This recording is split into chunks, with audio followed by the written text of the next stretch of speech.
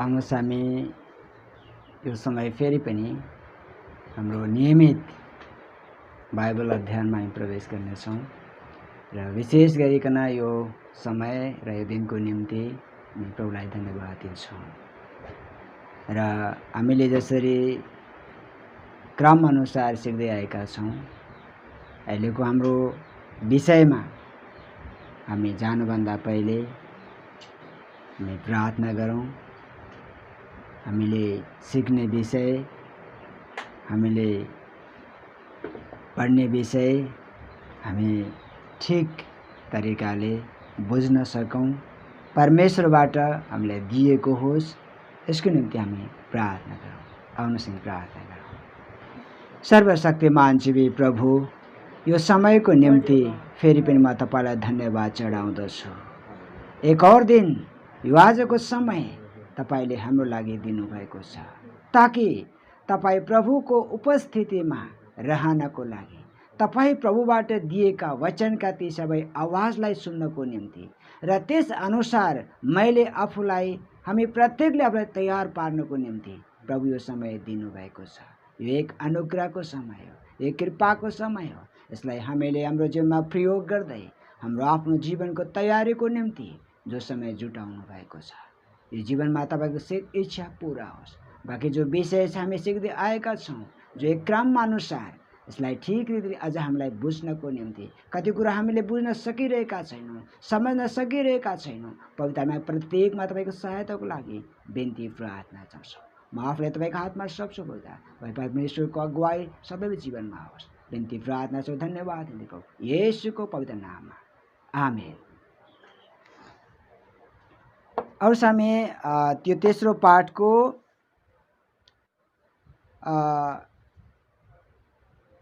घ नम्बरमा हामी जानेछौँ। क ख ग घ नम्बरमा जानेछौँ। शीर्षक लेख्नु होला, क ख ग नछुटाउनुहोस्। जहाँ एक लेख्नुपर्छ एक लेख्नु होला, क लेख्नु होला, उपबुदाहरू राम्रोसँग टिप्नु होला। घ, शैतानलाई सृष्टि गर्नुको उद्देश्य। शैतानलाई सृष्टि गर्नुको उद्देश्य। परमेश्वरले कुनै पनि चीज बिना मतलबले बनाउनु भएको छैन अथवा सृष्टि गर्नुभएको छैन। तीमध्ये एक सृष्टि शैतान पनि हो, सृष्टिका कार्यमध्ये एक शैतान पनि हो। हामी त्यसको विषयमा सिकिरहेका छौँ। तो उहाँले कुन उद्देश्यको लागि सृष्टि गर्नुभएको थियो, यसको बारेमा हामी सिक्ने कोसिस गर्नेछौँ। हामी कहिलेकाहीँ सोच्छौँ शैतान हाम्रो एक दुश्मन हो, विरोधी हो, शत्रु हो। हाम्रो जहिले पनि उसप्रति हाम्रो एउटा विचार छ, वो एक दुश्मन हो, विरोधी हो, शत्रु हो। हामी त्यसको नामको अर्थलाई पनि यही हिसाबले हामी परिभाषा दिन्छौँ। तर उद्देश्यलाई हामीले राम्ररी बुझ्यौँ भनेदेखि यो हाम्रो लागि हानिको निम्ति छैन, तर फाइदाको निम्ति छ, जब हामीले सही यसको वास्तविकतालाई बुझ्छौँ। यसकारण यसलाई पनि हामीले 1 2 3 गर्दै हामी लेख्दै जानेछौँ। उद्देश्य के थियो त? नम्बर 1, गुणस्तर जाँच गर्नको लागि। गुणस्तर जाँच गर्नको लागि।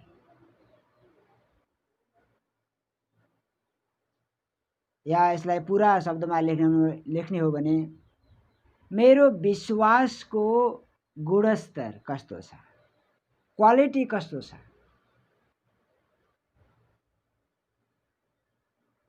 नाप्ने या त्यसलाई चेक जाँच गर्ने माध्यम के हो त? सायद यो कुरा सुन्दा हामीलाई अनौठो लाग्छ। के परमेश्वरले शैतानद्वारा मेरो विश्वासको गुणस्तरलाई नाप्नुहुन्छ? कस्तो अनौठो कुरा। गुणस्तर बुझिन्छ नि सबले हामीले। एक साधारण भाषा हो, गुणस्तर। आजभोलि हरेक विज्ञापनमा हामी सुन्ने गर्छौँ क्वालिटी चेक पल पलमा। कुनै पनि सामानको क्वालिटी छैन भने मार्केटमा त्यसलाई स्थान दिइँदैन, कारण क्वालिटी राम्रो छैन, गुणस्तर राम्रो छैन। त्यसैले हरेक समय उत्पादन भएका चिजहरूको जाँच हुन जरुरी छ, त्यसमा गुणस्तर छ कि छैन। तो हाम्रो जीवनमा पनि, हाम्रो विश्वासको जीवनमा कस्तो प्रकारको गुणस्तर छ त? त्यसलाई अर्को शब्दमा लेख्ने हो भनेदेखि निखार्नको लागि,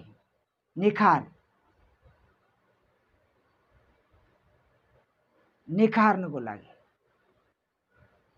पुरा एक निखार ल्याउनको लागि, खारी खारी खारी खारी एक निखार ल्याउनको लागि।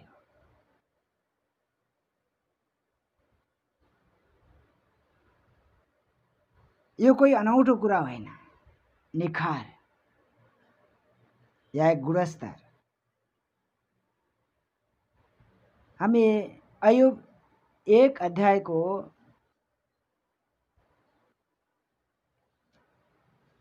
12 पदलाई हामी हेर्नेछौँ।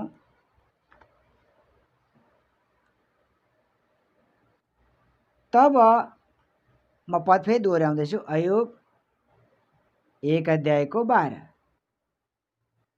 तब परम प्रभुले शैतानलाई भन्नुभयो, लौ त त्यस कहाँ जे जति छन् सबै तेरै हातमा भयो, केवल अय्यूबको शरीरलाई चाहिँ नछो।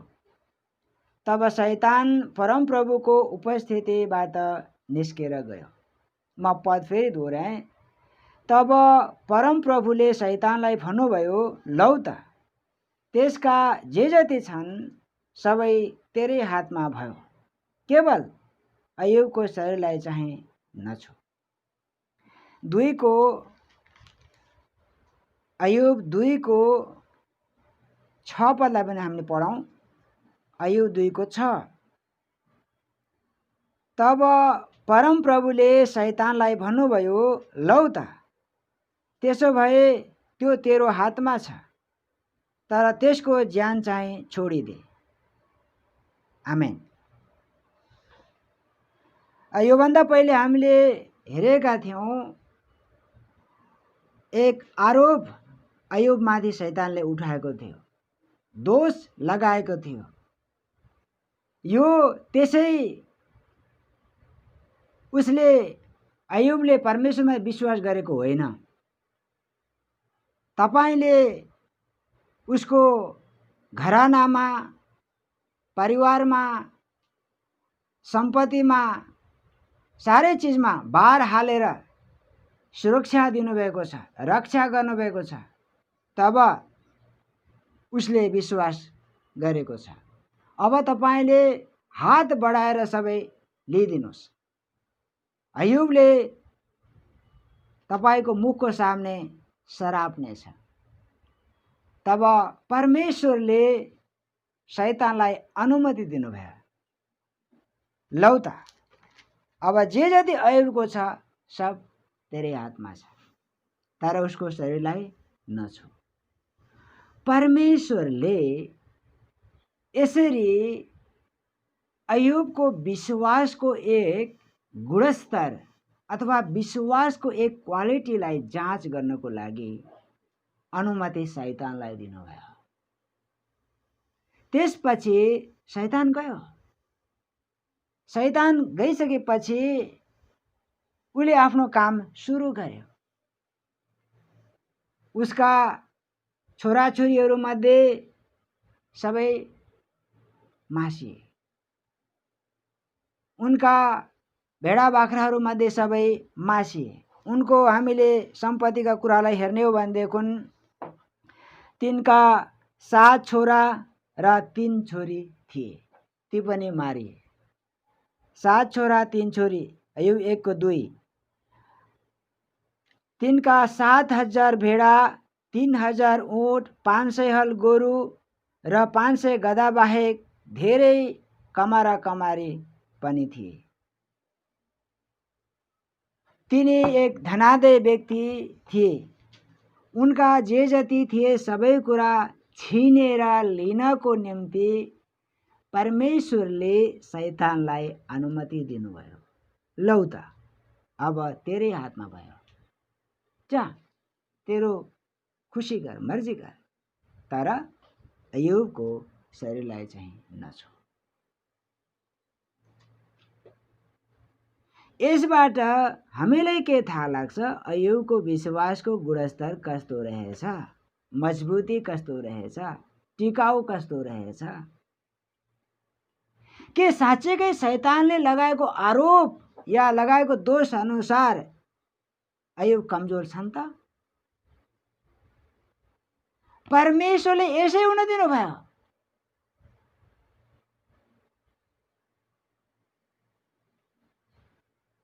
अब हामीले अय्युबलाई के भनौँ? अय्युबको के दोष, अय्युबको के गल्ती? उनी धर्मी थिए, निर्दोष थिए, पवित्र थिए, परमेश्वर भय राख्नेवाला थिए। परमेश्वरले नै अय्युबको विषयमा सफाई दिनुभएको छ। के भन्नुभएको छ? अय्युब जस्तो परमेश्वरको डर राख्ने, दुष्ट काममा अलग रहने, निर्दोष र सोझो धर्मी कोही छैन। एक धर्मी जन, निर्दोष सोझो जीवन बिताउने व्यक्ति प्रति जब कसैले औँली उठायो, फेरि परमेश्वरले के अनि गर्नुहुन्छ? परमेश्वर यसो भन्नुहुन्न, शैतान अय्युब धर्मी छ, निर्दोष छ, तैले उसलाई छुन सक्दैनस्, उसको कुनै पनि चिज तैले छुन सक्दैनस्। परमेश्वर यसो भन्नुहुन्न। के भन्नुहुन्छ? लौ त तेरै हातमा भयो, जा। तर एक पटक भन्नुभयो, उसको शरीरलाई चाहिँ नछो, सीमा निर्धारण गर्नुभयो। यहाँबाट हामीले यो बुझ्नुपर्छ, शैतान यति मात्र गर्न सक्छ जति परमेश्वरले त्यसलाई सीमा दिनुहुन्छ, त्योभन्दा बढ्ता उसले गर्न सक्दैन। दोस्रो पटक परमेश्वरले के भन्नुभयो?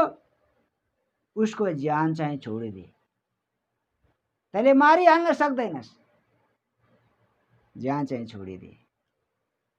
अब हामी यसलाई विचार गरौँ, हाम्रो विश्वासको गुणस्तर कस्तो छ त? यही वचन अनुसार हामीले आफूलाई जाँच्ने हो भने अय्युबसँग जस्तो व्यवहार गर्नुभयो, यदि अय्युबको परमेश्वर मेरो पनि परमेश्वर हो भने म विश्वास गर्छु भने के परमेश्वरको व्यवहारमा अय्युबलाई एउटा, आज मलाई एउटा व्यवहार हुन सक्छ त? अय्युबले जुन नापले नाप्नुभयो, जुन तरिकाले जाँच गर्नुभयो, के हामीलाई उहाँले बाँकी राख्नुहुन्छ त? म भन्छु अय्युबको परमेश्वर मेरो पनि परमेश्वर हो। अय्युबलाई शैतानद्वारा यसरी एउटा जाँच्ने अनुमति दिनुभयो, उहाँले मसँग पनि गर्न सक्नुहुन्छ। तर अब हामीले ध्यान दिनुपर्छ, मेरो स्थिरता कति छ, गुणस्तर कति छ, मेरो मजबुती कति छ। मैले हिजो पनि भने अय्युबले के भनेर चित्त बुझाए? अय्युब 1:21 के भने चित्त बुझाए? म आफ्नी आमाको गर्भबाट नाङ्गै आएँ अनि म नाङ्गै फर्केर जानेछु। परम प्रभुले दिनुभयो अनि परम प्रभुले लानुभयो, परम प्रभुको नाउँ धन्यको होस्। यी सबै कुरामा अय्युबले परमेश्वरलाई गलत कामको दोष लगाएर पाप गरेनन्। उनको प्रतिक्रियालाई हेर्नुहोस्, म मेरी आमाको गर्भबाट नाङ्गै आएँ, नाङ्गै फर्केर जानेछु। जो परमेश्वर दिनुभयो, परमेश्वर लैजानुभयो, उहाँको नाउँको स्तुति होस्। आज बिहान दाजुले फोनमा कसैलाई भन्दै हुनुहुन्थ्यो, अय्युबको पाठ पढ्दै हुनुहुन्थ्यो, सोध्दै हुनुहुन्थ्यो। अब जब हामीलाई कष्ट आउँछ, विपत्ति आउँछ, हामी भन्छौँ शैतानले किन ल्यायो, शैतान भाग, शैतान भाग, शैतान, शैतान, यो सब कष्ट लिएर आएको हो। हामी यहाँ देख्छौँ शैतान त्यसै आयो र? आफ्नो मर्जीले आयो शैतान? आउनु त आयो, आफ्नो खुसीले आयो? अनुमति कसले दियो? परमेश्वरको अनुमतिमा आएको छ। यसरी परमेश्वरको अनुमतिमा आएको छ भने हामीले के गर्नुपर्ने हुन्छ? हात उठाएर भन्नुपर्ने हुन्छ, त परमेश्वर अनुमतिमा आएस् नि, म स्वीकार गर्छु, जे गर्न आएको होस् तेरो काम पुरा गर, मेरो भन्नु केही पनि छैन। तर मेरो विश्वासको जीवनमा म मेरो विश्वासमा के गर्दैन, म पछि हट्ने छैन। अझै हामीले अर्को उदाहरण दानिएलको किताबमा हामी हेरौँ। दानिएलको किताब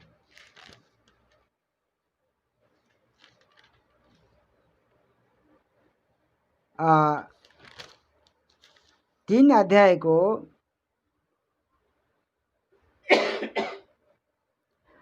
16-17 पदलाई हामी हेरौँ।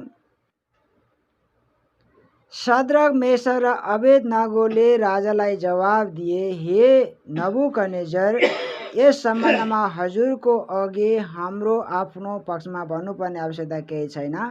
हे महाराजा, यदि हामीलाई दन्किरहेको आगोको भट्टीमा फाल्यौँ भने हामीले सेवा गरेका परमेश्वरले हामीलाई यसबाट बचाउन सक्नुहुनेछ र हजुरको हातबाट छुटकारा दिनुहुनेछ। तर हामीलाई उहाँले यसो नगर्नु भए तापनि हे महाराजा, हजुरको देवताहरूको सेवा गर्ने छैनौँ, न त हजुरले स्थापना गर्नुभएको सुनको मूर्तिलाई दण्डवत गर्नेछौँ भनी हजुरलाई थाहा होस् भन्ने हामी चाहन्छौँ। आमेन। शद्रक, मेशक र अबेदनगोको जीवनको विषयमा पनि एक गुणस्तर चेक जाँच भइरहेको छ राजा नबुकदनेस्जरबाट। उनले एउटा विशाल सुनको मूर्ति बनाए। सारे प्रान्त प्रान्तमा उनले एक उर्दी जारी गरे। जब बीडा, सारङ्गी, सितार, गाजा बाजाका साथमा, जब झन्कारको साथमा, जब सबै ध्वन सुरु हुन्छ, सबै कर्मचारीदेखि लिएर सबले त्यसलाई धोक्नुपर्छ, राजाको हुकुम छ। तर यहाँ हामी शद्रक, मेशक, अबेदनगो प्रभुका दासहरूलाई हामी देख्दैछौँ। उनीहरू डगेका छैनन्, स्थिर छन्। और एक हुकुम पनि भएको छ, जसले यसलाई धोक्दैन, दण्डवत गरेन, आगोको भट्टीमा फालिनेछ। राजाको एउटा अर्को उर्ती पनि छ, मेरो हातबाट कसले छुटाउन सक्छ? र उनीहरूले एक प्रतिक्रिया दिए, राजा, महाराजा सुन्नुहोस्, यदि तपाईँको हातबाट कसैले बचाउनु सक्छ भने हामीले सेवा गरेको परमेश्वर नै हुनुहुन्छ।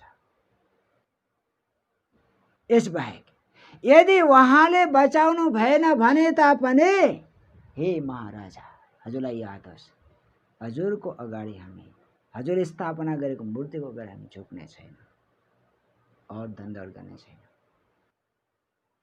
यसरी यी प्रभुका दासहरू आगोको भट्टीमा गएर उनीहरूको एक गुणस्तर, विश्वासको जीवनको एक गुणस्तरको जाँच भयो र परमेश्वरले वास्तवमा आगोको भट्टीबाट पहिले निकाल्नु भएन। कहाँ जान दिनुभयो? आगोको भट्टीमा जान दिनुभयो। आगोको भट्टीमा जाने समयसम्म पनि उनीहरू किन पछि हटेन? यसबाट हामीलाई के थाहा लाग्छ भन्दा परमेश्वरले हामीलाई हाम्रो विश्वासको गुणस्तरलाई उहाँले नाप्नुहुन्छ, जाँच्नुहुन्छ, चेक गर्नुहुन्छ, कस्तो छ यसको विश्वास। अनुमति कसलाई? शैतानलाई। हामीले दानिएलको किताब पढ्दाखेरि यहाँ शैतानको नाम त सुनेनौँ, एक राजाको बारेमा पढ्यौँ, नबुकदनेस्जर राजा। एक उनी साम्राज्य, एक सम्राट, बेबिलोन साम्राज्यका एक सम्राट। उनको बारेमा सुन्यौँ। यसले पनि के दर्शाउँछ त भन्दा यो पनि एउटा शैतानको प्रतीक हो। उसले एउटा के गर्यो, बत्ती तयार गर्यो। यसरी हामी हरेक विश्वासी कष्टद्वारा, विभिन्न प्रकारका कमी घटीद्वारा जाँचिसकेपछि मात्रै हामी पक्का साबित हुनेछौँ। हिजो पनि मैले भने अय्युबले शैतानलाई लज्जित बनाएका थिए। यो घटना हामी अय्युब 42 अध्यायमा गएर पढ्न सक्छौँ। अहिले त्यो विषयमा जान चाहन्न। लज्जित बनाएका, जुन विशेष कारण, जुन उद्देश्यले उसले एक आरोप या दोष लगाएको थियो, शैतान असफल भयो। तबै परमेश्वरको लागि के भएको छ? गर्वको विषय भएको छ। मेरो दास, मेरो विश्वासी अय्युब अहिलेसम्म स्थिर छ। परमेश्वरले पहिले भन्नुभएको छ, बिना मतलब तैँले मलाई उक्साएस्। अहिलेसम्म ऊ आफ्नो निष्ठामा अघि पछि केही डगमगाएको छैन। मेरो भक्त, मेरो विश्वासी जन स्थिर छ। उसले आफ्नो निष्ठा बदलेको छैन। म प्रतिको विश्वासलाई उसले तोडेको छैन। यसैले यसबाट हामीलाई के थाहा लाग्छ भन्दा हामी सिद्ध कसरी बन्छौँ, अथवा परमेश्वरको सामने म विश्वासी हुँ, विश्वासयोग्य छु, म परिपक्व छु भन्ने कुराको प्रमाण कसरी प्रकट हुन्छ? जाँचपछि हुन्छ। जब हामीले स्कुलमा गएर पढाइ गर्छौँ, स्कुलमा पढाइसकेपछि जब वर्ष दिन पछाडि जब हाम्रो एक परीक्षा हुन्छ, एक्जाम हुन्छ, एक्जाममा थाहा लाग्छ कि हाँ यसले यति नम्बर ल्यायो, उसले यति नम्बर ल्यायो। नम्बर पछि थाहा लाग्छ कि हाँ अब एक क्लास बढ्दैछ। 1 देखि 2 मा जाँदैछ, 2 देखि 3 मा जाँदैछ। कसरी थाहा हुन्छ? एक्जामबाट हुन्छ। परीक्षामा जब नम्बर आउँछ तब थाहा लाग्छ यो क्लास चढ्ने लायक छ। उसको दर्जा बढ्दैछ, क्लासको तह बढ्दैछ, ग्रेड बढ्दैछ। कसरी? जाँच पास भइसकेपछि मात्र।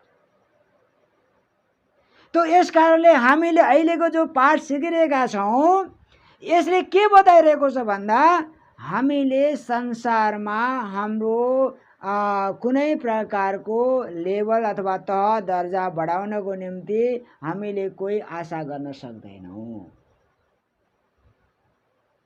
मतलब मैले विश्वास गरेँ, हिजो म अत्यन्तै रोगी थिएँ, अब प्रभुले मलाई आज चङ्गाइदिनु भयो, म आशिषित छु। हामी भन्न सक्छौँ, हामी यो भन्न सक्छौँ, प्रभु म हिजो गरिब थिएँ, प्रभुले मलाई धेरै आशिष दिनु, आज म धनवान छु।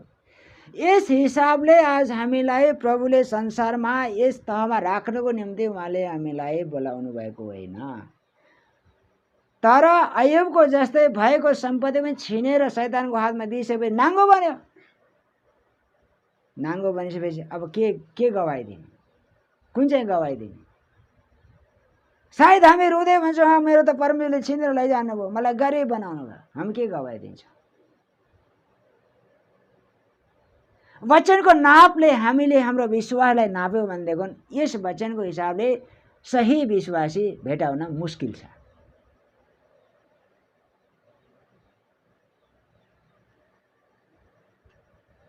कहिलेकाहीँ हामीलाई एक दुःख पनि लाग्छ। गाउँघरमा होस् या कहीँ पनि जाँदाखेरि हामी विश्वासी घरमा जान्छौँ, बाख्रा कुखुरा पनि पालेको हुन्छ।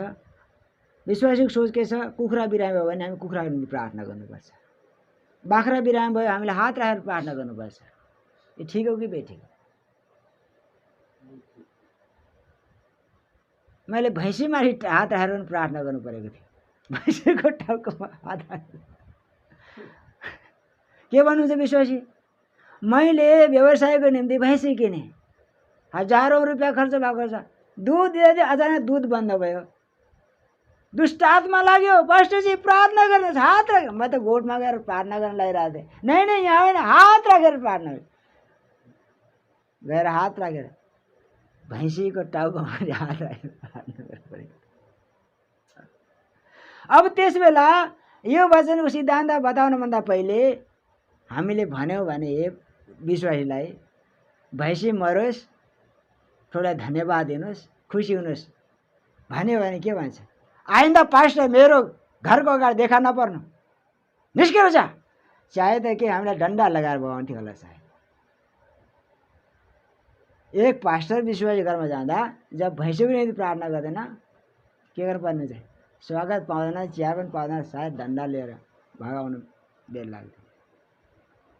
तर वचनको सिद्धान्तलाई हामीले हेऱ्यौँ, हेर्नुहोस् वचन यस्तो भन्छ, अय्युबको त छिनेर लिएर जानुभयो परमेश्वरले, शैतानले आउनुभयो। म तपाईँको लागि के गरौँ? प्रार्थना गरौँ या छोडिदिउँ? यो पाठ आज हामीले सिकाउन बहुत जरुरी छ। सबैको विश्वास, हे प्रभु मेरो भैँसीमा आशिष, कुखुरामा आशिष, बाख्रामा आशिष, मेरो खेतीबाडीमा आशिष, मेरो व्यवसायमा आशिष। हर दिन प्रार्थना यही छ। यो प्रार्थना परमेश्वर सुन्नुहुन्न, शैतानले सुन्छ। माग माग माग, ठिक छ, मैले सुन्दैछु नि, दे, बाँकी केही गर्नु पर्दैन, गएर झुट बोल, बस सक्यो, आशिषै आशिष। और हामी चाहिँ प्रभुले यति कदेर आशिष दिउँ, यति कदेर आशिष दिउँ, हामी गएर फेरि आशिषको विषयमा गवाही बाँड्छौँ। प्रशंसा कसको हुन्छ? परमेश्वरको होइन, एक शैतानको प्रशंसा हुन्छ। आजको विश्वासीको हालत हामी यो देख्छौँ वचनको न। यसैले परमेश्वरले अय्युबलाई यसरी जाँच्नुभयो भने अय्युबको परमेश्वर मेरो परमेश्वर हो। एक दिन हामी अय्युबको सामने हामी गएर बस्ने बेलामा सायद अय्युबले भन्छन्, कहाँबाट आइस, कसरी आइस? म त आशिषै आशिषबाट भएर आएँ। मेरो हालत देखिस्, पुस्तकमा पढेको थिएस् नि मेरो अवस्था। हामी त्यहीँ फेल खान्छौँ।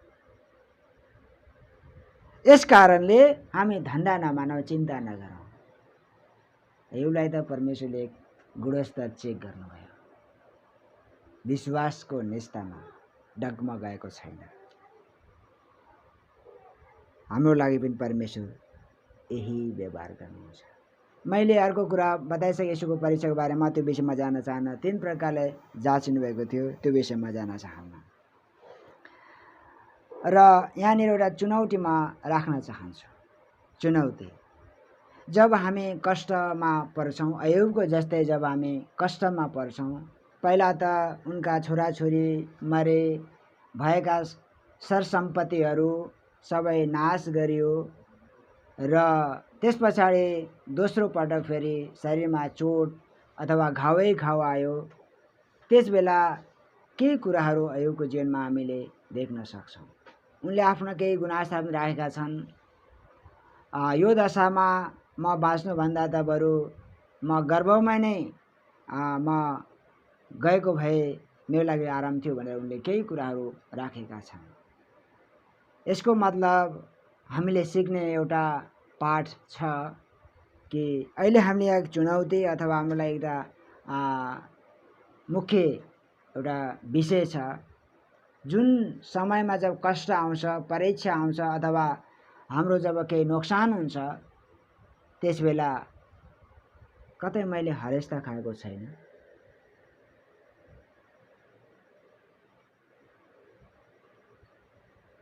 हामीले यहाँनिर एक चुनौती हामी देख्छौँ। मेरो जाँचको जीवनमा म हरेस खाएर निराश त भएको छैन। हरेस, हाय, मैले त सोचेको पनि थिएन यस्तो त। मैले त सोचेको थिएँ परमेश्वर मलाई प्रशस्त आशिष दिनुहुन्छ और मेरो नाम र इज्जत पनि ठुलो हुनेछ। मैले परमेश्वरको गवाई शिर ठाडो गरेर दिनेछु, तर उल्टा भयो। हाय, म शराबमा परिणत भएँ। आखिरमा विश्वास गर्न धिक्कार रहेछ। यस प्रकार जब हामीले हरेस खान सुरु गर्यौं भने देखौँ हामी के गर्नेछौँ? अर्को स्टेपको यस पछाडि हाम्रो गुणस्तर जाँच पछाडि हामीले पाउने जो हाम्रो दर्जा छ, त्यो दर्जा गुमाउने छौँ। किन परमेश्वर गुणस्तर जाँच गर्दै हुनुहुन्छ? कारण के हो त? किन गुणस्तर नाप्दै हुनुहुन्छ परमेश्वर?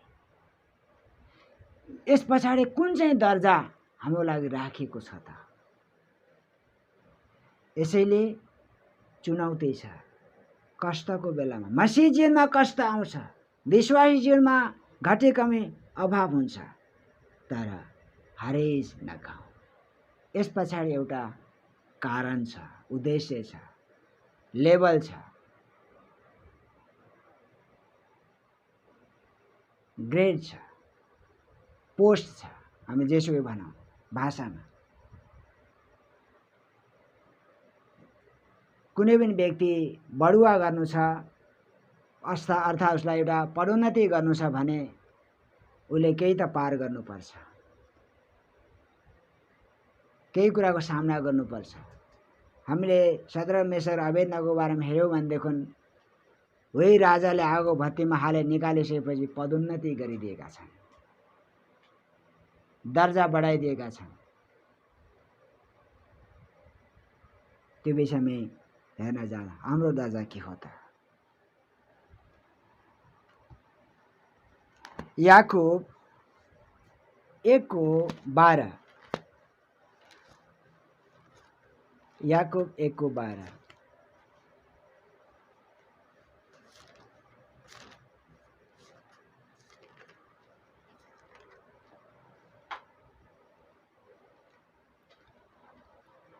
त्यो मानिस धन्यको हो जो आपद विपदमा स्थिर रहन्छ, किनकि जाँचको सामना गरिसकेपछि त्यसले जीवनको त्यो मुकुट पाउनेछ जो परमेश्वरले उहाँलाई प्रेम गर्नेलाई दिने प्रतिज्ञा गर्नुभएको छ।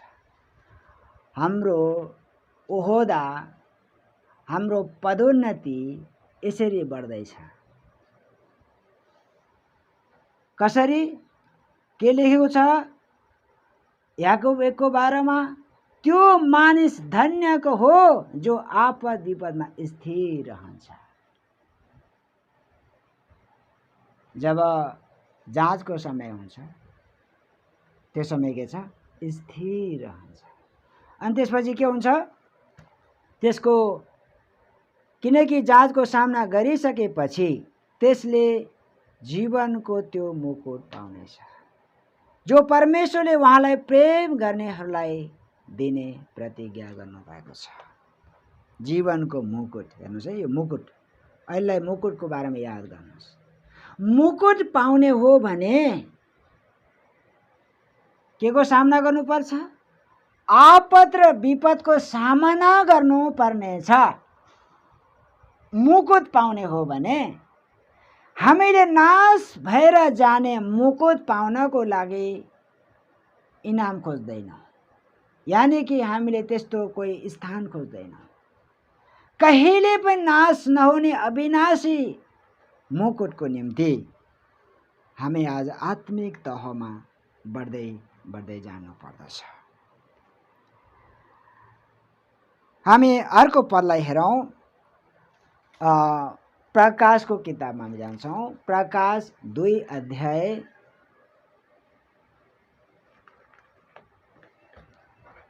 प्रकाश 2:10। प्रकाश 2:10। तिमीले भोग्नै लागेका कष्टहरूसँग नडराओ। हेर, दियाबलसले तिमीहरूमध्ये कतिलाई तिमीहरूका जाँचको निम्ति कैदमा हाल्न आँटेको छ र तिमीहरूलाई 10 दिन कष्ट हुनेछ। तिमी मृत्युसम्म विश्वासी हो र म तिमीलाई जीवनको मुकुट दिनेछु।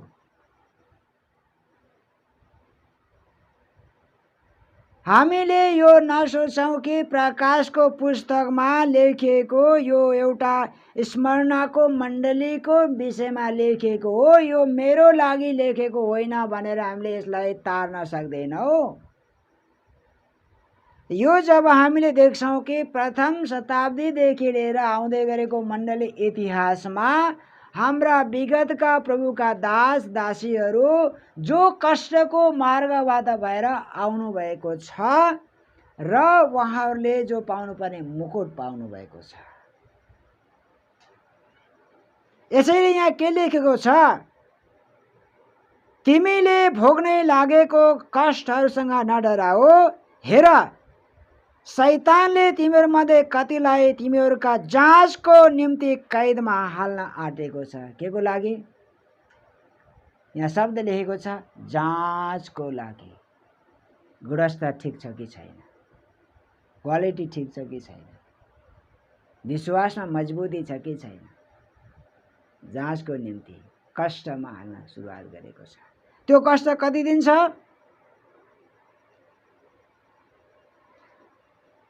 र तिमीलाई 10 दिन कष्ट हुनेछ।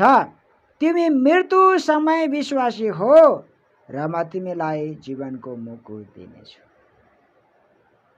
कति दिन कष्ट हुनेछ? 10 दिनको मतलब के हो? 10 दिन मात्रै हो? हाम्रो विश्वासको जीवनमा कष्ट 10 दिन मात्रै हो?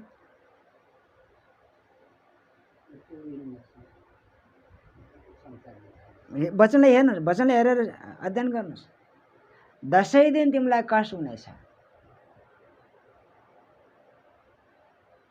हामीले गुडा गर्ने हो भनेदेखि 10 दशम कति हुन्छ?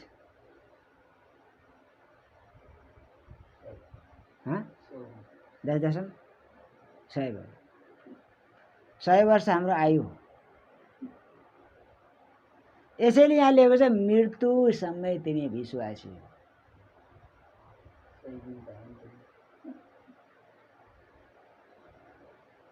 यसको मतलब जीवनभर हामीलाई कष्ट हुन सक्छ। अन्यथा हामीले नसोचौँ। 10 को मतलब 10 दिन कष्ट हुनेछ। यस वचनमा जब हामी बुझ्छौँ सायद 10 दिनको लागि मात्र होला। त्यसो भए त खतम भयो। 10 दिन मात्र कष्ट रहेछ।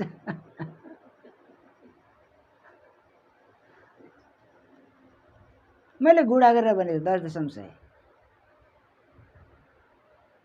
100 दिन पनि होइन। हाम्रो आयुको हिसाब गर्नु 100 वर्ष, यानी कि हाम्रो जीवन बाँचुन्जेल। यहाँ त लेखेको छ मृत्युसम्म, बाँचुन्जेलसम्म, मृत्युन्जेलसम्म के हो? विश्वासी हो। यसको मतलब जब म विश्वासमा आएँ, मैले कुन मार्ग पक्रेको छु त? कष्टको मार्ग पक्रेको रहेछु।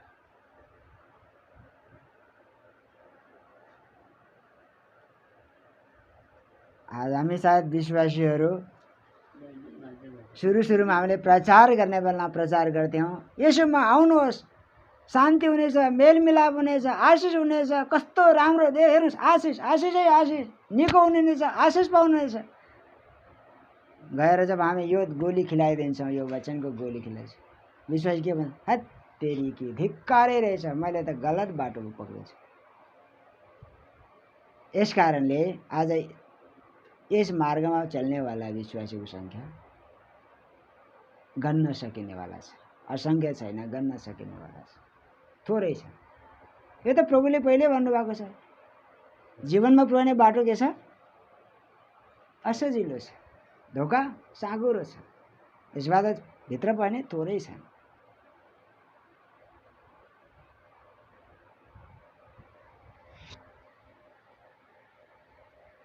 हाम्रो लागि दर्जा अथवा पदोन्नतिको विषयमा कुरा गर्दाखेरि यहाँ मुकुट राखेको छ। मुकुट कसले लगाउँछ त? मुकुट कसले लगाउँछ?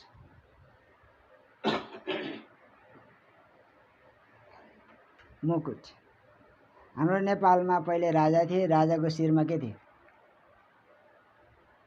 के भनिन्छ होला? राजाको सिंहासनमा बस्ने बेलामा राजाले के लगाएर बस्थे? मुकुट लगाएर बस्थे।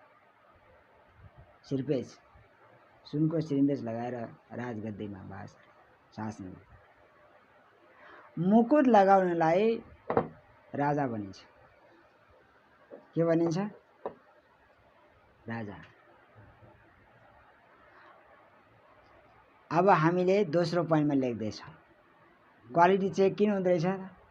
हाम्रो आत्मिक जीवनको गुणस्तरको जाँच किन हुँदो रहेछ त? परमेश्वर राजा बनाउन चाहनुहुन्छ। दोस्रो पाइनुमा राजा।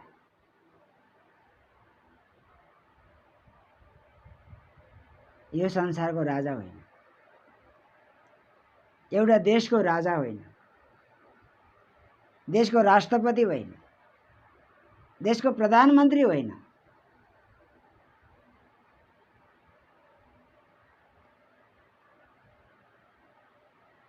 अहिलेको समयमा देशको राष्ट्रपतिको कार्यकाल 5 वर्ष छ। हर दुनियाँमा जाउँ 5 वर्ष छ, तर हाम्रो राजपद अनन्त छ।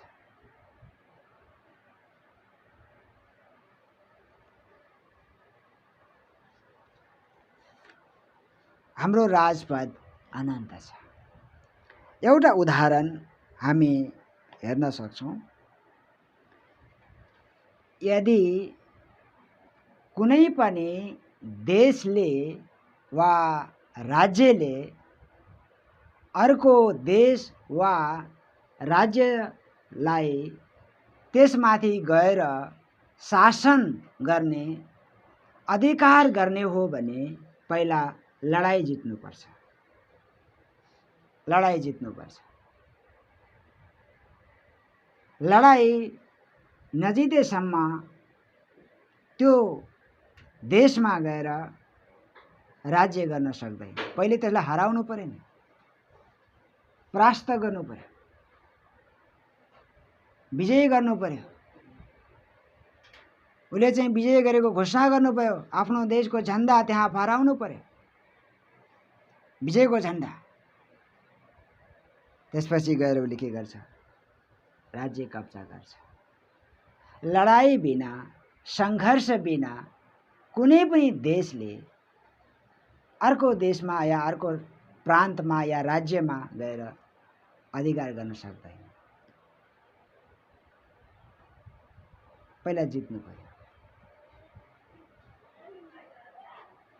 र अर्को कुरा पनि हामीले यहाँ हेर्ने हो भनेदेखि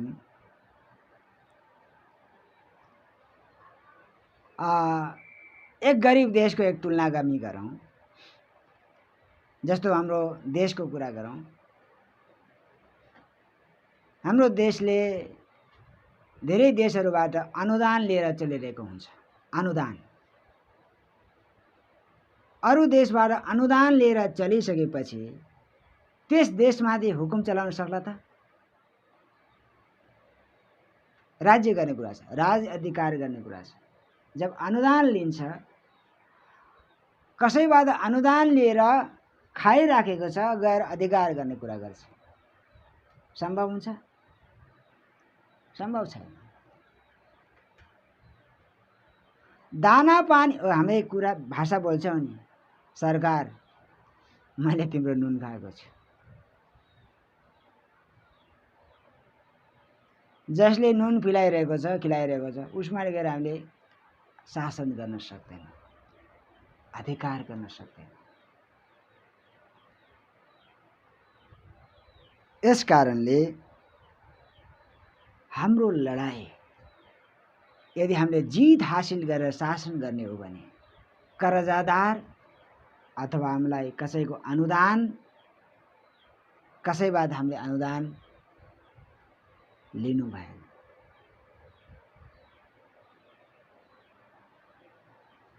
हामीले इतिहासमा विगतका समयमा हामी यही सिकिरहेका छौँ। अहिले पनि यही चलिरहेको छ। लडाई, लडाईको जित बिना राज्य अधिकार गर्न सक्दैन। अब हाम्रो बीचको कुरा छ एक लडाई। राजा परमेश्वरले हामीलाई राजा बनाउनको निम्ति यो सब अवस्थाबाट भएर हामीलाई लैजाँदै हुनुहुन्छ।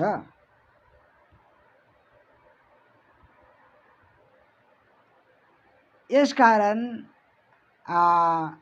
एकचोटि पहिलो यूहन्ना 5:19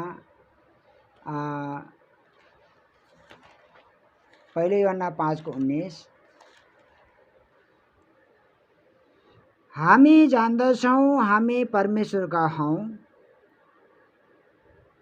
र सारा संसार त्यस दुष्टको अधीनमा परेको छ। यो विषयलाई ध्यानसँग हामी सिकौँ।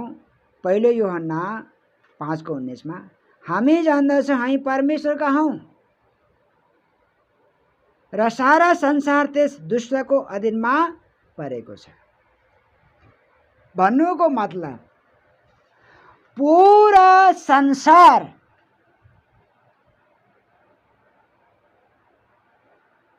दुष्टको हातमा बसमा परेको छ। तब हामी विश्वासको जीवनमा जिउने समयमा संसारका कुनै पनि थोकलाई हामीले महत्त्व ठान्नु हुँदैन। किन यो कसको त भन्दा दुष्टको हो, दुष्टको राज्य हो। शैतानले भन्छ धन मेरो हो, आरामेश मेरो हो, सोना चाँदी मेरो हो, म जसलाई इच्छा त्यसलाई दिन्छु, मान इज्जत मेरो हो, सम्मान मेरो हो, म जसलाई इच्छा त्यसलाई दिन्छु। ले जब यो संसार दुष्टको हातमा परेको छ तब हामीले संसारको कुनै पनि ओहदालाई हामीले खोज्नु भएन। जस्तै एक उदाहरण लागि अहिले धेरै जसो चर्चा भ्रष्टाचारको कुरा छ। कुनै पनि एउटा निजामती कर्मचारी होस् या कोही नेता होस् या कोही एउटा केही समयको लागि नियुक्त भएका अनि देशका शासकहरू हुन्, कोही पनि भ्रष्टाचारबाट उनीहरू अलग छैन। र हामीले राम्रोसँग बुझ्ने हो भने देखुन्, जब कोही व्यक्ति भ्रष्टाचारमा मुसिन्छ र हामी पनि त्यसैमा जब हामी सहभागी हुन्छौँ भने गएर हामीले भ्रष्टाचार मुक्त राज्य बनाउँछौँ भनेर शासन गर्न मुस्किल छ। किन? पहिले त हामी भ्रष्टाचारसँग के भइसक्यौँ, त्यसको पार्टनरसिप हामी बनिसक्यौँ, साझेदारी हामी भइसक्यौँ। तपाईँ दोस्ती म पनि दोस्ती। तब हामीले के गर्न सक्दैनौँ? इमान्दारीमा भ्रष्टाचार मुक्त शासन कहिले पनि हामीले स्थापना गर्न सक्दैनौँ जबसम्म हामीले आफूलाई सख्त रूपमा आफूलाई अलग गर्दैनौँ। भ्रष्टाचारलाई जबसम्म हामी घृणा गर्दैनौँ तबसम्म भ्रष्टाचारलाई हामीले कुनै पनि प्रकार औँली उठाएर हामीले के गर्न सक्दैनौँ? उसमाथि शासन गर्न सक्दैनौँ, उसलाई खसाल्न सक्दैनौँ। एक अधिकारीको, एक राजाको खुबी विशेषता, जब राजा स्वयमै भ्रष्टाचारी छ भने उसले कुन चाहिँ अनि आफ्नो प्रजा अथवा आफ्ना निजामतीलाई कसरी उसले कारवाही गर्न सक्छ? जब राजा भ्रष्टाचार मुक्त छ तब प्रजा पनि के हुन्छ? डराउन सक्छ। यसैले यसको मतलब के हो त? हाम्रो अलगदायको जीवन कति महत्त्वपूर्ण छ त? हाम्रो अलगदायको जीवन कति महत्त्वपूर्ण छ त? मैले राज्य गर्ने हो, मैले शासन गर्ने हो, मैले चाहिँ इमान्दारीपूर्वक भ्रष्टाचार मुक्त रूपमा मैले काम गर्ने हो भने मेरो अलगदाय कति जरुरी छ। जब म अलगदायको जीवन जिउन सुरुवात गर्छु तब मेरा पार्टनरहरू हुन्छन् या हाम्रा आफ्ना सहभागीहरू हुन्छन्, उनीहरूले भए नभएका आरोप उठाएर कष्ट थपिदिन्छन्। यही हो वास्तविक जीवन। गल्ती हुँदैन, तर विभिन्न थरीका आरोप उठाएर दोष लादेर के गर्न सक्छन्? खसाल्न सक्छन्। अहिले त संसारमा सब कुछ गर्न सक्छन्, तर परमेश्वरको दृष्टिमा दुष्टको जित कहिले हुने छैन, भ्रष्टाचारीको जित कहिले हुने छैन। एक समय उनीहरू राज्य गर्लान्, तर यो केवल सीमित छ। हाम्रो इमान्दारीपन, हाम्रो त्याग, हाम्रो समर्पण, हाम्रो अलगदायको जीवन यो देखिने संसारमा होइन। कारण संसार त दुष्टको हातमा परेको छ। अब संसारका हरेक चिजलाई म इन्कार गर्दछु।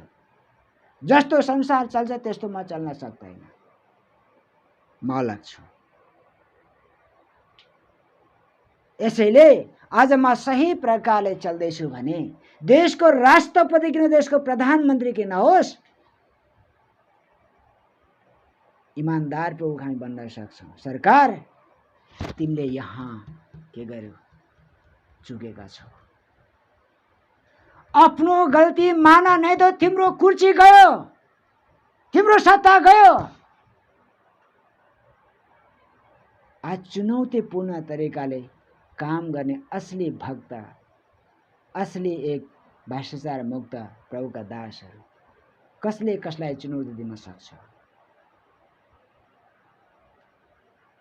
यसैले मैले त यो संसारको कुरा गरेँ। हाम्रो राजपथधारी संसारको होइन। हामीले एक अधिकार दिनुभएको छ देशमाथि हुकुम गर्नको लागि। हामीलाई संसारको देशको शासक भन्दा उच्च दर्जामा हामीलाई चुन्नु भएको छ। हाम्रो बोलहाट उच्च छ यदि म ठिक तरिकाले चलिरहेको छु भने। यसैले जब हामी ठिक तरिकाले चल्न सुरुवात गर्छौँ कष्ट त आउँछ, तबै हामी के गर्न सक्छौँ। मेरो विवेकले जब मलाई निर्दोष साबित गर्छ तब हामी कष्टको साथमा हामी विजयको झण्डा फहराउँदै हामी खुसीसँग जिउन सक्छौँ। यो एक वास्तविक कुरा हो। यसैले हामीलाई पहिलो पत्रुस 2:9 हाम्रो एउटा चुनावको बारेमा लेखेको छ। तर तिमीहरू त चुनिएका वंश, राजकीय पुजारीगिरी, पवित्र जाति, परमेश्वरका निजी प्रजा हौ। उहाँले तिमीहरूलाई अन्धकारदेखि उहाँका उद्योगको ज्योतिमा ल्याउनु भयो ताकि तिमीहरू उहाँको आश्चर्यपूर्ण कार्यको घोषणा गर्न सक। हामीलाई परमेश्वरले किन चुन्नु भयो? यहाँ लेखेको शब्दको कोही बयान गर्न अहिले सम्भव छैन। तिमी त चुनिएका वंश, राजकीय राजपदधारी, पुजारीगिरी, परमेश्वरका निजी प्रजा। परमेश्वरका निजी प्रजा, परमेश्वरका निजी प्रजाको मतलब परमेश्वरको उपस्थितिमा रहेर, परमेश्वरको घरानामा रहेर, परमेश्वरको घरको एउटा परिवारको सदस्य बनेर सत्यतामा काम गर्नको निम्ति चुनिएका जाति, राजपदधारी, राजपद धारण गरेको हामी एक पुजारीगिरी। उहाँले हामीलाई एउटा उच्च सेवाको निम्ति उहाँले हामीलाई चुन्नु भएको छ। और यहाँ लेखेको छ उहाँले तिमीलाई अन्धकारदेखि उद्योगको ज्योतिमा ल्याउनु भएको छ ताकि आश्चर्यपूर्ण रीतिले तिमी परमेश्वरको कार्यलाई घोषणा गर्न सक। हामीलाई त उहाँले अन्धकारबाट छुटाउनु भयो। अन्धकारको मतलब शैतानका हरेक अन्धकारका कार्यबाट हामीलाई छुटाउनु भएको छ। किन? राजपद धारण गर्नको लागि। यो संसारको होइन। यसमा धेरै गहिराई छ, म गहिरोमा जान चाहन्न। प्रभुको आत्माले यतिमै रोक्न चाहनुहुन्छ कारण हामी त्यहाँसम्म पुगेका छैनौँ। राजपदधारी कसले राजपद धारण गर्न सक्छ? हाम्रो योग्यता के हो त? अहिलेको समयमा कोही व्यक्तिले राज्य शासनको निम्ति योग्य ठानिन्छ भने उसलाई उच्च शिक्षाको आवश्यकता पर्दछ। उच्च शिक्षाको लेभलको हिसाबले उसलाई राष्ट्र प्रमुख भनेर नियुक्त गर्न सकिन्छ।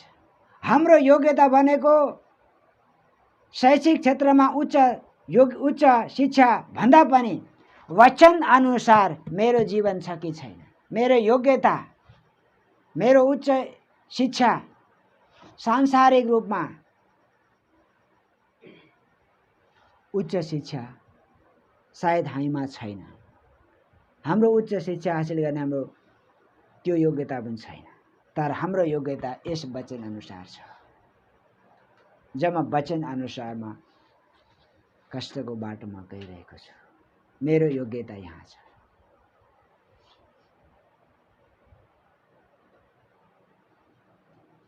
हामीले हाम्रो योग्यता बढाउँ। सायद हामी उच्च शिक्षामा गएर उच्च शिक्षा हासिल गरेका छौँ, ठुल्ठुला युनिभर्सिटीमा गएर हामीले अध्ययन गरेका छैनौँ, विश्वविद्यालयमा गएर हामीले अध्ययन गरेका छैनौँ, तर हाम्रो योग्यता बाइबलबाट छ। वचनअनुसार चलौँ। हाम्रो योग्यता यो हो।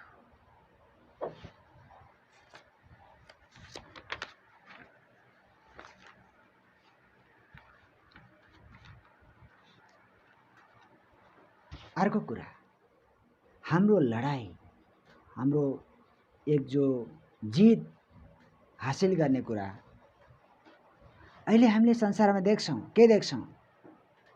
शरीर, बुद्धि, बल, धन, ठुला ठुला अत्याधुनिक हात हतियार अहिले संसारमा आविष्कार भएको छ। जब एउटा अत्याधुनिक हतियार, परमाणु मिसाइल, पता नहीं के त्यसका नामहरू हामी पुरा जान्दैनौँ, जब एक विस्फोट हुन्छ दुनिया ध्वस्त हुन्छ। तर हाम्रो लडाई बलमा छैन, बुद्धिमा छैन, अत्याधुनिक संसारले निर्माण गरेका हात हतियारसँग हाम्रो लडाई सम्बन्धित छैन। संसारले एकले अर्कालाई धम्की दिन्छ, म तभन्दा कम छैन, तर हाम्रो लडाईको हात हतियार बनेको संसारका कोही अत्याधुनिक हात हतियार होइन। शक्तिशाली लडाई लड्ने खुबी भएका सेना, जनबल, फौजको ताकत होइन। हाम्रो लडाई आत्मिक लडाई हो, आत्मिक लडाई। हाम्रो लडाई हामी भित्र छ। पहिला बाहिरबाट हाम्रो युद्ध सुरु हुँदैन, हामी भित्र लडाई छ। त्यो लडाई भनेको आत्मिक लडाई हो। पाप स्वभावलाई जितेर त्यसमाथि राज्य गर्ने हाम्रो लडाई हो। हाम्रो लडाई के हो? पाप स्वभावलाई जितेर, शारीरिकतालाई जितेर त्यसमाथि राज्य गर्नुपर्ने हाम्रो पहिलो लडाई छ। अरू कहीँ राज्य नगरौँ, कहीँ लडाई नलौँ, मेरो खुद भित्र एक लडाई छ। गलाती 5 में हामी जाऊँ। गलाती 5 को 17 पद। गलाती 5 को 17 पद। हाम्रो लडाई यहाँ छ। किनकि पाप स्वभावको लालसा पवित्र आत्माको विरुद्ध हुन्छन्, अनि पवित्र आत्माको इच्छा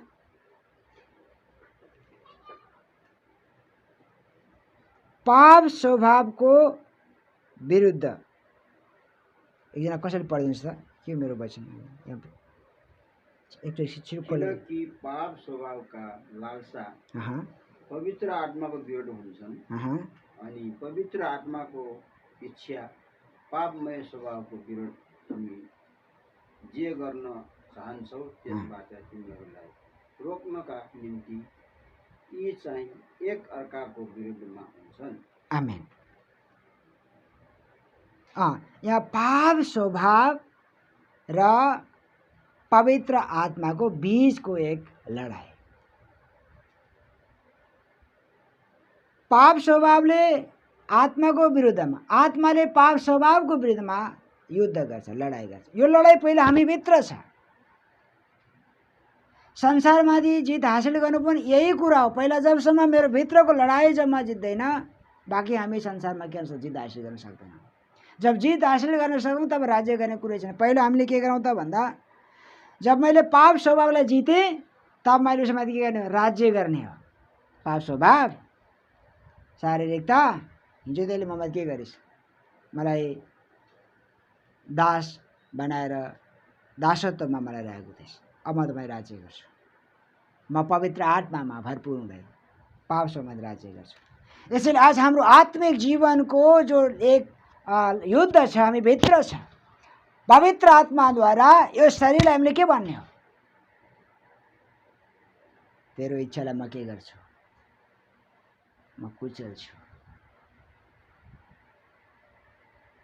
यसैले कहिलेकाहीँ हामी के भन्ने गर्छौँ भन्दाखेरि, अन्यथा नठान्नु होला कसैले पनि, जब हामी बिरामी हुन्छौँ, बिरामीको बेलामा हामी कसैको सहारा खोज्छौँ, कसैको सहारा जरुर चाहिन्छ र हाम्रो शरीरले पनि के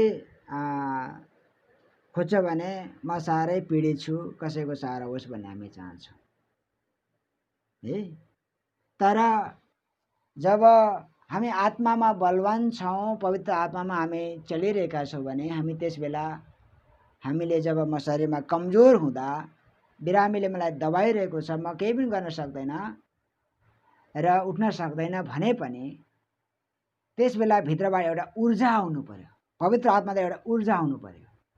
शरीर तैँले आराम खोजिस्, तैँले आफूलाई कमजोर ठान्छस्, तैँले नै गर्नुपर्छ, मैले मेरो काम तँबाट नै गराउँछु। भित्रबाट ऊर्जा आउनुपर्छ, आत्माको बलमा, शरीर तैँले नै गर्नुपर्छ।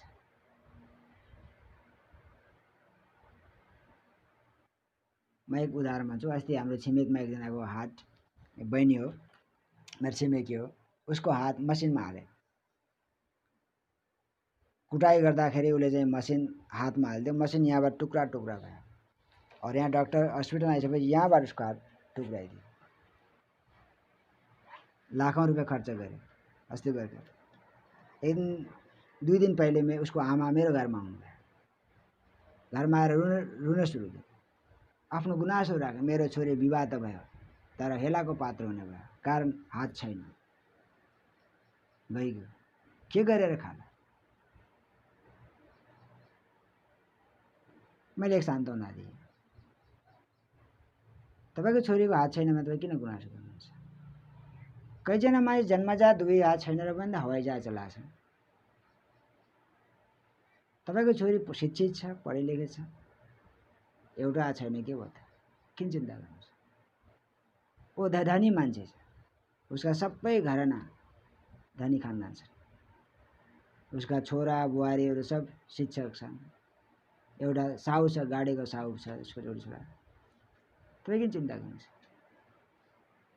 मेरो मतलब हामीले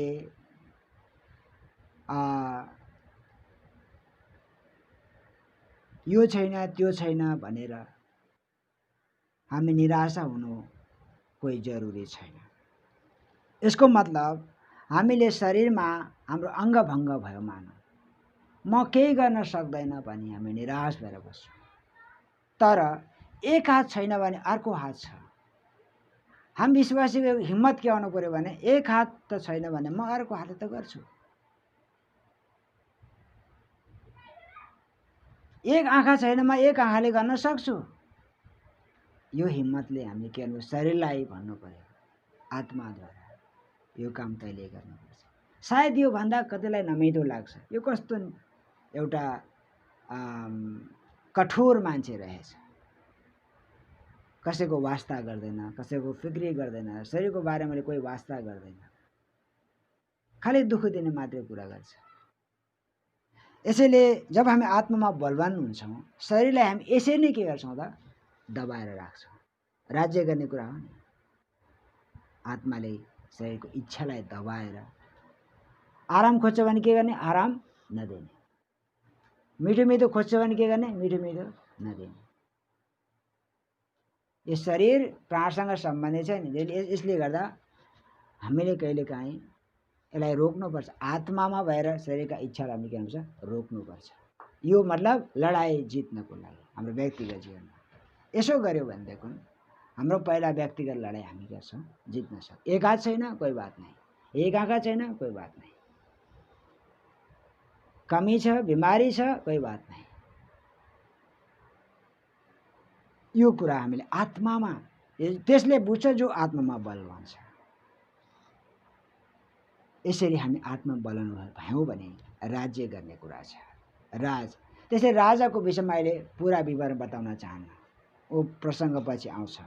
तर हाम्रो जो क्वालिटी चेकको मतलब यो हो कि परमेश्वरले हामीलाई पदोन्नति गर्न चाहनुहुन्छ। यसैले हामीलाई के भन्छ, जाँचद्वारा उहाँले लैजानुहुन्छ।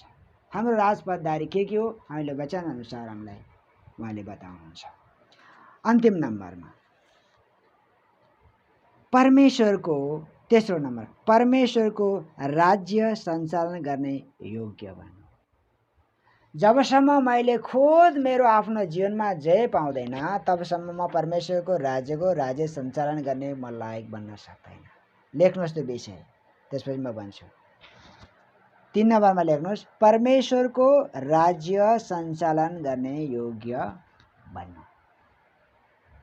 परमेश्वरको राज्य सञ्चालन, यसको मतलब हामी सोच्छौँ परमेश्वर राज्य हामीले चलाए थोडी हुन्छ, परमेश्वर राज्य आफै चलाउनुहुन्छ। हाम्रो सोच कि परमेश्वरको राज्य परमेश्वर आफै काम गर्नुहुन्छ, कहाँ हामी चलाउन सक्छौँ त? एक उदाहरण भन्छु। जब हामीले गाडीको लाइसेन्स प्राप्त गर्नको लागि पनि ट्रायल चाहिन्छ।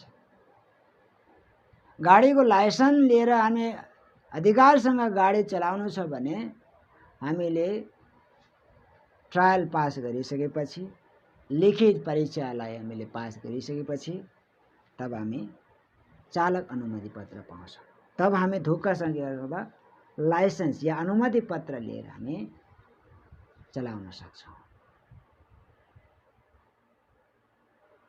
माध्यम के हो त?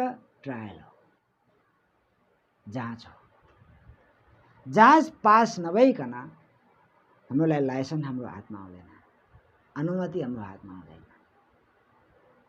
त्यसैले परमेश्वरको राज्य सञ्चालन गर्ने कुरा के हो त?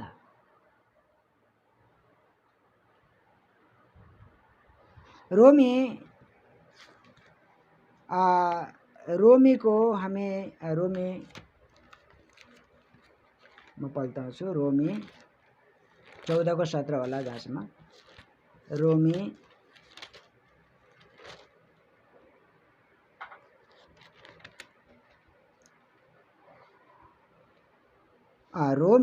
14:17। किनभने परमेश्वरको राज्य भनेको खानु र पिउनु होइन, तर पवित्र आत्मामा धार्मिकतामा शान्ति र आनन्द हो।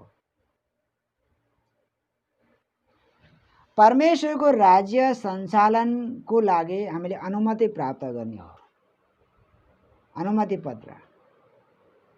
हामीले सोच्छौँ परमेश्वर राज्य आफै गर्नुहुन्छ, तर प्रभु भन्नुहुन्छ परमेश्वर राज्य तिम्रो नजिक आएको छ, मन फिराऊ। परमेश्वर राज्य तिम्रो हातमा छ, परमेश्वर राज्य तिम्रो हातमा छ। लिने हो या नलिने हो तिम्रो हातमा छ। नेपाली भाइले परमेश्वरको राज्य तिम्रो नजिक छ। हामीले अरू भाषावाद पढ्यौँ भनेदेखि नि परमेश्वर राज्य तिम्रो हातमा छ, लिने हो नलिने हो। परमेश्वरले हामीलाई हाम्रो हातमा दिनुभएको छ। यसैले प्रभु वचन के छ, मन फिराऊ, पश्चाताप गर, परमेश्वर राज्य तिम्रो हातमा छ। यसैले जब परमेश्वरको राज्य म भित्र आयो, पवित्र आत्माद्वारा परमेश्वर राज्य जब म भित्र आयो, तब पहिला के गर्नुहुन्छ?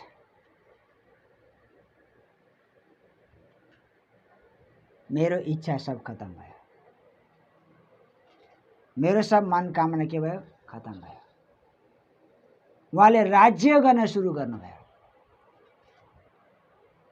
उहाँले अधिकार गर्न सुरुवात गर्नुभयो। पवित्र आत्मा जब ममा आउनुभयो उहाँले के गर्नुभयो? अधिकार गर्न सुरुवात गर्नुभयो। यहाँ हामीले के भन्नु? परमेश्वरको राज्य खाना पिउनु होइन, पवित्र आत्मामा धार्मिकतामा शान्ति आनन्द। यसको मतलब पवित्र आत्माद्वारा धार्मिकताको मतलब धर्म कर्मको विषय होइन। यो कसैको भलाइ गर्नु, कसैको हित गर्नु, धर्मको कार्य गर्नु, धार्मिकताको मतलब अब मेरो इच्छा होइन, परमेश्वरको इच्छा। अर्को कुरा के छ? शान्तिमा छ। शान्तिको मतलब के हो त? हरेक समय मसँग खानेकुरा छैन, आज दिनको लागि बेलुका खानेकुरा छैन र पनि हामी के छौँ? रुन धुन सुरु गरेको छैनौँ। मसँग खानेकुरा, अरूलाई पनि हामीले दुःख बताएका छैनौँ। आज मसँग खानेकुरा छैन, हामीले अरू कसैलाई पनि भनेका छैनौँ। हामी के शान्तिमा छौँ, आनन्दमा छौँ। किन? परमेश्वर चाहिँ मभित्र छ नि।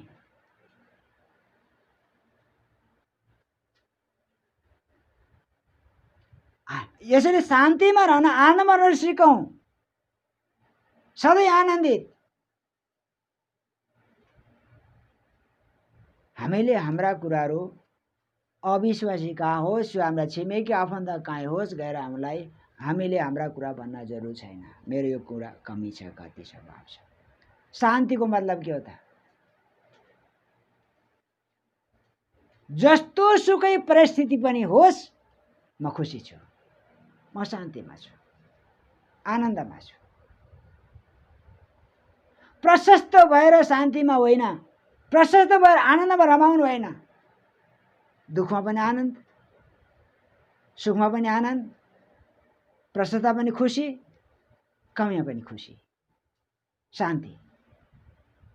हामी परमेश्वर राज्यभित्र छौँ, खुसी खुसी छौँ, शान्ति शान्ति छौँ। यसरी हामी गीत पनि गाउँछौँ, खुसी खुसी मन, तर वास्तवमा खुसी छैन भित्र। शान्ति बुझ्यौँ, एक शान्त अवस्थामा। परमेश्वर राज्य खानामा पिनामा होइन, पवित्र आत्माद्वारा। पवित्र आत्मामा, धार्मिकतामा, शान्ति आनन्द, परमेश्वरको इच्छामा रमाउनु हो। यसैले यसको लागि हामी प्रतिदिन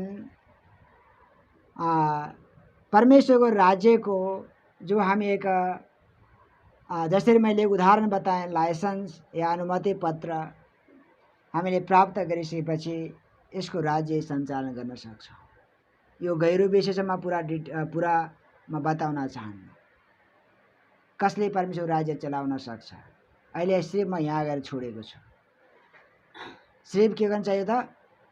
एउटा ड्राइभर, सिर्फ मैले एक ड्राइभिङको विषयमा बताएँ। एक चालक अनुमति प्राप्त गर्नलाई हामीलाई ट्रायल चाहिन्छ। ट्रायल बिना अनुमति पत्र आउँदैन। अनुमति पत्र बिना हामीले के चलाउन सक्दैनौँ। त्यसैले अहिले हामी कहाँ छौँ? ट्रायलमा छौँ, जाँचमा छौँ। त्यसैले यस पछाडिको कार्यमा बताउँदैन, राज्य सञ्चालन गर्ने कुरामा बताउँदैन। पहिला हामी के गरौँ? जाँच पास गरौँ। यसको लागि प्रभुले माध्यम के ठाउनु भएको छ? शैतान हाम्रो फाइदाको लागि छ। हरेक समय उहाँले कसैलाई अनुमति दिनुभएको छ, जा गएर चेक गर, हेर लायक छ कि छैन। अनुमति कसलाई दिनुहुन्छ? शैतानलाई। त्यसैले शैतान जब हाम्रो नजिक आउँछ, परमेश्वरको अनुमति बिना आउन सक्दैन। परमेश्वरको अनुमति लिएर आउँछ। परमेश्वरको अनुमति लिएर आएको बेलामा जब हामी शैतान भाग, उसले उजुरी भन्छ, म त गएँ तर मलाई धम्काएर पठायो। उजुरी कसलाई भन्छ? परमेश्वरलाई। देखे तेरो विश्वासी, छि छि छि छि।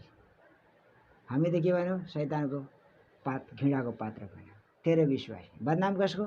परमेश्वरको। यो उजुरी उसले लिएर जान्छ। अयुबको बारेमा हेऱ्यौ नि, कसरी उसले उजुरी लिएर गयो? त्यसै विश्वास गरेको छैन अयुबले। हाम्रो पनि उजुरी लिएर जान्छ परमेश्वरले। देखेँ मैले गएर हेरेँ, वो विश्वासी होइन, वो तेरो विश्वासी होइन। यसैले परमेश्वरलाई आज हामीले के भने लज्जित बनाएका छौँ। हाम्रो विश्वासको जीवनको कारण आज परमेश्वर शर्मिन्दा, उहाँलाई हामीले शर्मिन्दा बनाएका छौँ। राज्य कसको छ? शैतानको चिल्ला छ। किन? हामीले खुद परमेश्वरलाई शर्मिन्दा बनाउनु। हाँ, उहाँले सब कुछ उथल पुथल गर्न सक्नुहुन्छ, सब कुछ बदल्न सक्नुहुन्छ, सब कुछ कार्य गर्न सक्नुहुन्छ, एक झट्कामा सबै कुरा उहाँले बदल्न सक्नुहुन्छ। तर पनि उहाँले क्रम अनुसार काम गर्नुहुन्छ। लायक छ छैन। त्यसैले शैतानलाई परमेश्वरले आफ्नो मतलब र उद्देश्य अनुसार बनाएको छ। अन्तिम पद पढौँ। यशाया 54 को 16 लाई हेर्नुहोस्। अन्तिम पद।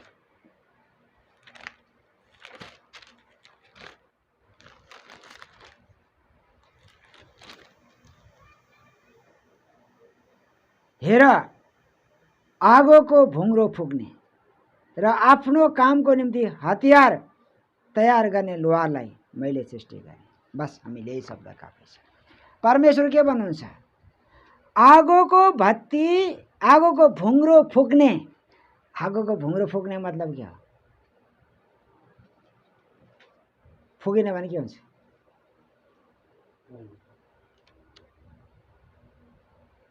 तापक्रम आउँदैन। लोहारले पछाडिबाट एक पंखा सेटिङ गरेको हुन्छ। कोइलामा जब पंखा चल्न सुरु गर्छ के हुन्छ? फलाम के हुन्छ?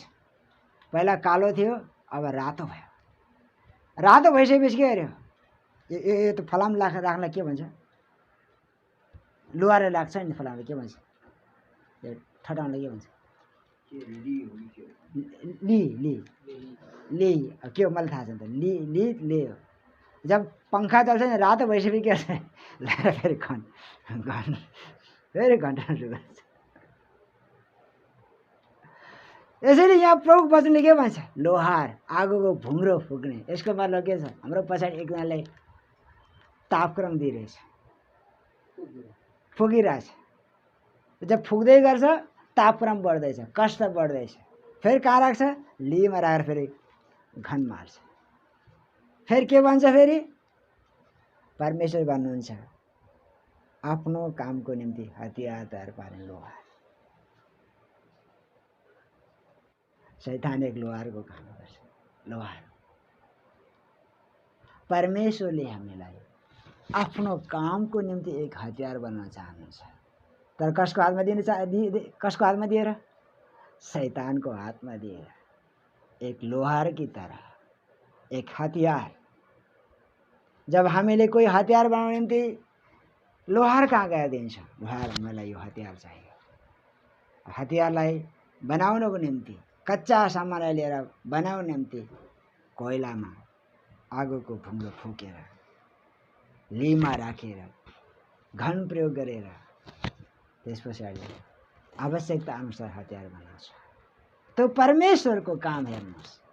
उहाँले स्पष्ट भन्नुभएको छ, आफ्नो कामको निम्ति हतियार तयार पार्नलाई मैले एक लोहारलाई बनाएको छु। शैतान एक लोहार हो। लीमा राखेर आगोमा तताएर पिट्ने काम गर्छ। प्रसङ्ग बुझ्यौँ हामीले? अलिक भारी छ। कष्ट त हट्ने कुरै छैन।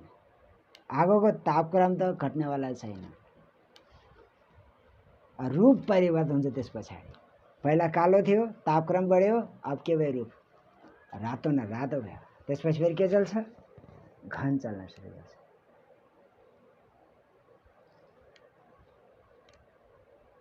कस्तो योजना परमेश्वरको! प्रभुलाई धन्यवाद होस्। मजाक नठानु, यसलाई गम्भीरतासँग लिनु। परमेश्वरको हातमा एक हतियार उहाँको निम्ति काम लाग्दो बन्ने हो भनेदेखि कष्ट उठाउँ, आफूलाई समर्पण गर। उहाँसँग प्रार्थना गर। हालेलुया, हालेलुया। पवित्र आत्माको इच्छामा हामीले आफूलाई छोडिदिउँ। हालेलुया। पवित्र आत्मा कहाँ लिएर जानुहुन्छ? हालेलुया। हामीले येशूको बारेमा हेर, पवित्र आत्माले कहाँ लैजानु? मरुभूमिमा। हालेलुया। शैतानको सामने। हालेलुया। म एक परमेश्वरको हातमा काम लाग्दो एउटा भाँडो बन्ने हो भनेदेखि कष्ट मेरो हिस्सा हो, दुख मेरो हिस्सा हो। हालेलुया। सर्वशक्तिमान पिता, तपाईँले जुन उद्देश्यले मेरो जीवनलाई बनाउनु भएको छ, मेरो सामने एक लोहालाई तपाईँले राख्नु भएको छ। हे प्रभु, तपाईँ आफ्नो इच्छाअनुसार हतियार, एक औजार तपाईँ बनाउन चाहनुहुन्छ। हे प्रभु, मैले आज यस पाठबाट बुझेको छु, कष्ट मेरो हिस्सा हो, दुःख मेरो हिस्सा हो। यी सब कुरा मैले आफ्नो जिम्मा उठाउनु पर्दछ, तर मेरो बलले, मेरो ताकतले होइन, परमेश्वरको अनुग्रहद्वारा, परमेश्वरको सामर्थ्यद्वारा प्रभु यो बाटोबाट तपाईँ जानको निम्ति जसरी अयुबको जीवनमा हुन आएको थियो, यस कुरालाई मैले आफ्नो जीवनमा स्वीकार गर्दै जानको निम्ति हे परमेश्वर तपाईँको अनुग्रह और दया कृपा म चाहन्छु। जब म त्यस कष्टको भट्टीबाट फेरि म जाँदछु, मेरो जीवन हरेस खाने अवस्था हुन सक्छ। हे प्रभु, अयुबले भने म नङ्गै आएँ, म नङ्गै फर्केर जान्छु, परमेश्वर दिने परमेश्वरलाई जानुभयो। प्रभु, मेरो लागि संसारमा केही पनि छैन, यसैले तपाईँले आफ्नो इच्छाअनुसारको भाँडो हतियार बनाउन चाहनुहुन्छ। तपाईँको हातमा दिन्छु, जसलाई तपाईँले यो जीवनलाई जसको हातमा दिएर बनाउन चाहनुहुन्छ। तपाईँको इच्छा आज मेरो जीवनबाट पुरा होस्। हामी यस गम्भीर पाठलाई हामी सिकिरहेका छौँ। हे प्रभु, अब मेरो इच्छा होइन प्रभुजी, निरन्तर पिता तपाईँको इच्छा मबाट पुरा होस्। मलाई पनि तपाईँले आफ्नो इच्छा अनुसार आफ्नो उद्देश्यले बनाउनु भएको छ। शैतानलाई पनि तपाईँले आफ्नो उद्देश्य र इच्छा अनुसार तपाईँले बनाउनु भएको छ। हरेकलाई तपाईँले आफ्नो उद्देश्य बनाउनु भएको छ। हामी हरेकबाट तपाईँको इच्छा पुरा होस्। आज हामीले तपाईँको आवाजलाई सुनेका छौँ। प्रभु परमेश्वर, राज्य खानपिनमा होइन, पवित्र आत्मामा, धार्मिकतामा, शान्ति आनन्दमा मेरो जीवन जस्तो सुकै परिस्थितिमा किन होस्, शान्ति और आनन्द मेरो जीवन सदैव बनिरहेको होस्। पवित्र आत्माको बलको लागि म बिन्ती चढाउँदछु। सदैव पवित्रमा जहाँ तपाईँ मलाई राख्नुहुन्छ मेरो लागि स्वीकार्य छ। परमेश्वर सिद्धि इच्छा पुरा होस्। प्रभु, यो प्रार्थना बिन्ती चाहन्छु येशूको पवित्र नाममा, आमेन।